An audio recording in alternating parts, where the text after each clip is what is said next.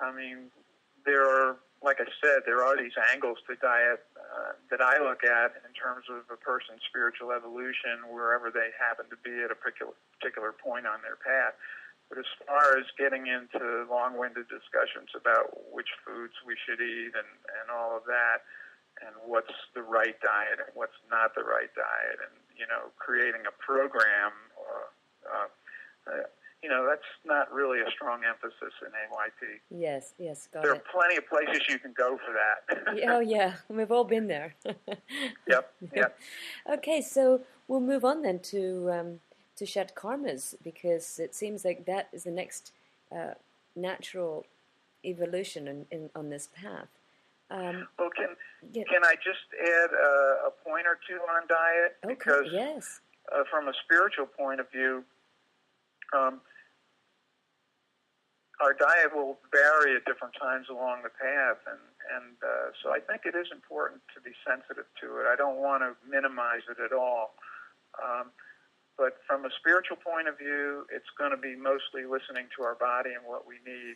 And I just want to emphasize that listening aspect. There's also other things that we discuss, which I sort of alluded to a few minutes ago, about the relationship of diet to something like the rise of Kundalini, and how you may need to alter your diet for that, as in going heavier instead of lighter.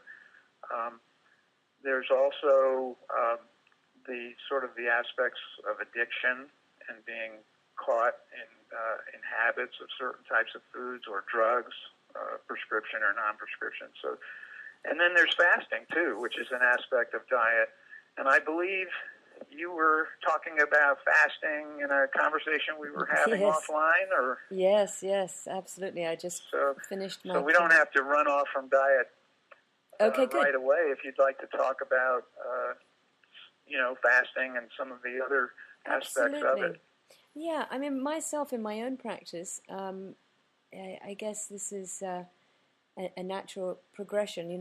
Last week I felt that it was time for me to do a cleanse, and so did. I went into quite a deep cleanse, and I think it's a really beautiful practice when you listen to your body and it's time to do that, and you do all the colonics and all of the incredible juices and vitality that you're just pouring into your body. You feel so good. Not always during it, but sometimes after it. Not always either. Did you do a complete fast or a juice fast, or sounds like a juice fast maybe? Yeah, mainly a juice fast. Are you familiar with Arise and Shine?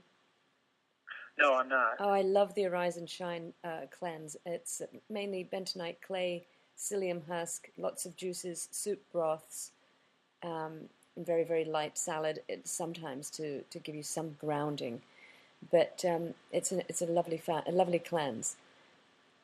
And how many days did you do it? I did it for 6 days, along with colonics every day and saunas. I was out every day hiking. Well, that sounds like a good cleansing you had. Yeah. And you say it didn't feel so good during, but it felt good after, or something along those lines? It actually felt great during it, for the first time, because I've done cleanses before, and sometimes it just becomes so overbearing. And but this time it was different.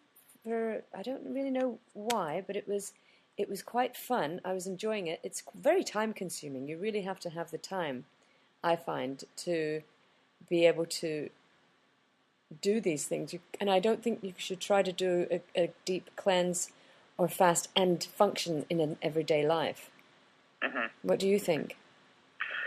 Oh, I think there are degrees, and I think if you go to the more extreme degrees, which we'll be talking about when we get more into the Shatkarmas here, you definitely don't want to be doing that every day, but there's a certain degree of cleansing and obviously observation of certain dietary habits or decisions that would be daily. So it's just really a matter of the degree. One of the things that you write about that I did take into consideration, because I was reading this book, your book, while I was doing my cleanse, and it was the practice of overcoming hunger. Yes. And I really practiced that, and maybe you should talk a little bit about that. Well, there's several ways to approach it. Having a fast is actually will introduce you to what your hunger is and what it isn't.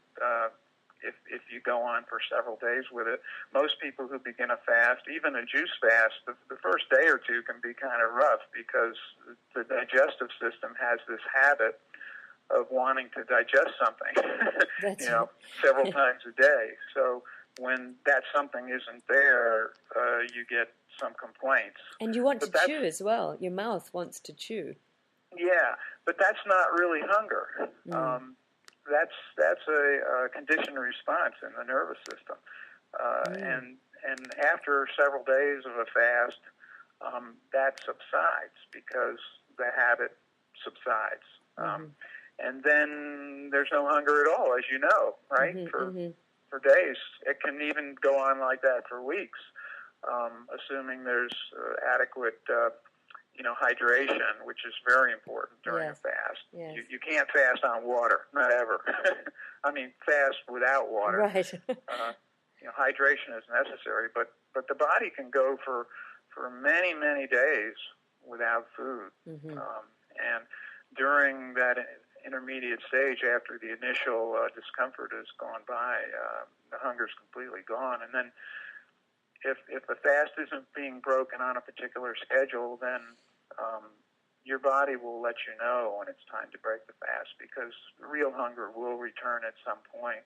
And that's generally, if you haven't broken the fast by then, that's when you need to start easing out of it very gradually. Yes. You don't go and eat a great big heavy meal. You just ease out of it with, a little more juice, maybe a piece of bread, piece of fruit, and then just work back up again. Yes. But, hunger is a funny thing. Most of the hunger that people think that they feel really isn't hunger at all. What do you think it is? Probably a good thing to keep in mind. What is it? If it's not hunger, what it's that reaction of the body to not having food on schedule. Right. Feed me. Yeah, and of course that can get a little bit out of hand too, where certain types of people, certain types of biologies are hungry all the time, or think they're hungry all the time. There's that digestive thing going on all the time. Of course, the diet industry is a huge industry, and there's been all kinds of means and ways to try and counteract that reaction. Even to the point of surgery. Yes. And I think that someone who's on a path of meditation and pranayama, just moderate practice twice daily over time, will find that that they don't have these episodes and pangs as often as they did before. I'm not saying it's a cure-all for overeating. It certainly isn't. But when our awareness is more there, when we have more stillness, we're going to be much more aware of what's going on in our body, and we're going to be able to tell what's real and what's not. And we also have the ability to just let things go. So we don't have to be feeding our desires all the time, feeding our habits and impulses. Yes. Same thing goes for addictions. I'm not saying that meditation is a cure for drug addiction, but there are certainly cases in the AYP community, and in some cases, some very extreme cases where people have come off, heroin-type addictions or come out of recovery programs faster than they ever imagined they could. Yes. And same with alcoholism and other addictions, which are really just extremes of what we were just talking about, where the body develops a habit where it thinks it needs something, and you just got to feed that habit, feed that habit. You have more stillness inside, more awareness inside. You begin to see that from a different perspective, and you're able to say, no, I think not this time. You have the ability to favor something other than giving in to these impulses. Yes. So, impulses are like that are not really hunger. So I don't know if it would be right to say that you're overcoming hunger. You're overcoming impulses that are just habits. Yes, of course.